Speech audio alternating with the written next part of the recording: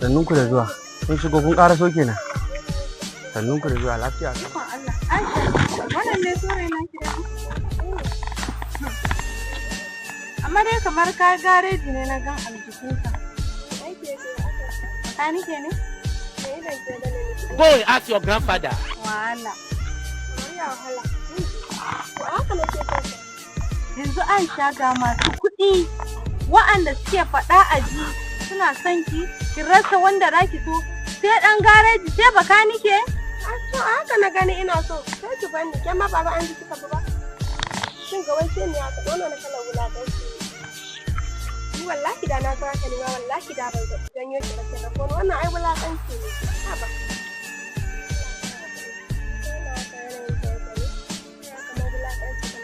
Kike da mu.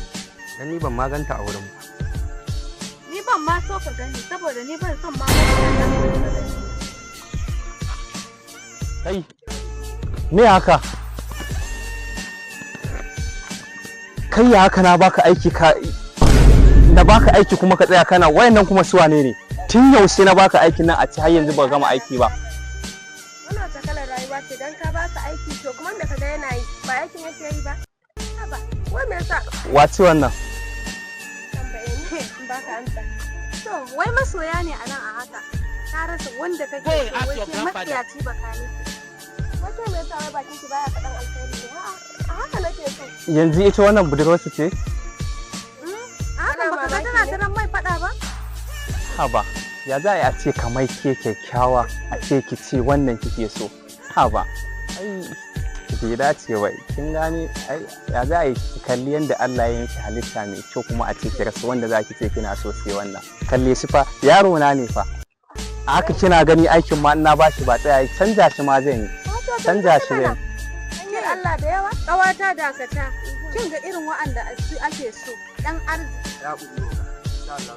Ba zan kifa kalli yanda Allah ya miki sura mai kyau amma ki rasa wanda kike so sai wannan. Ha ba, sai kalle kifa ki ga. Ai ke ba ajin shi bace ba. Kin ga irin wa'anda ake so ƴaƴan arziki irin arziki duba motarsa ba matsiyata ba irin saurayin na kenan. Matsiyaci. Kai ka gama mana me ka tsaya kake kallon mu ne? Yawwa, kun gama? Me kika ce to akan batun da nayi?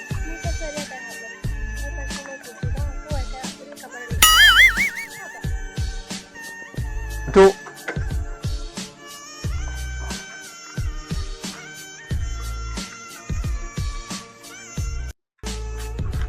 a gaskiya ka samu mace ta gaske.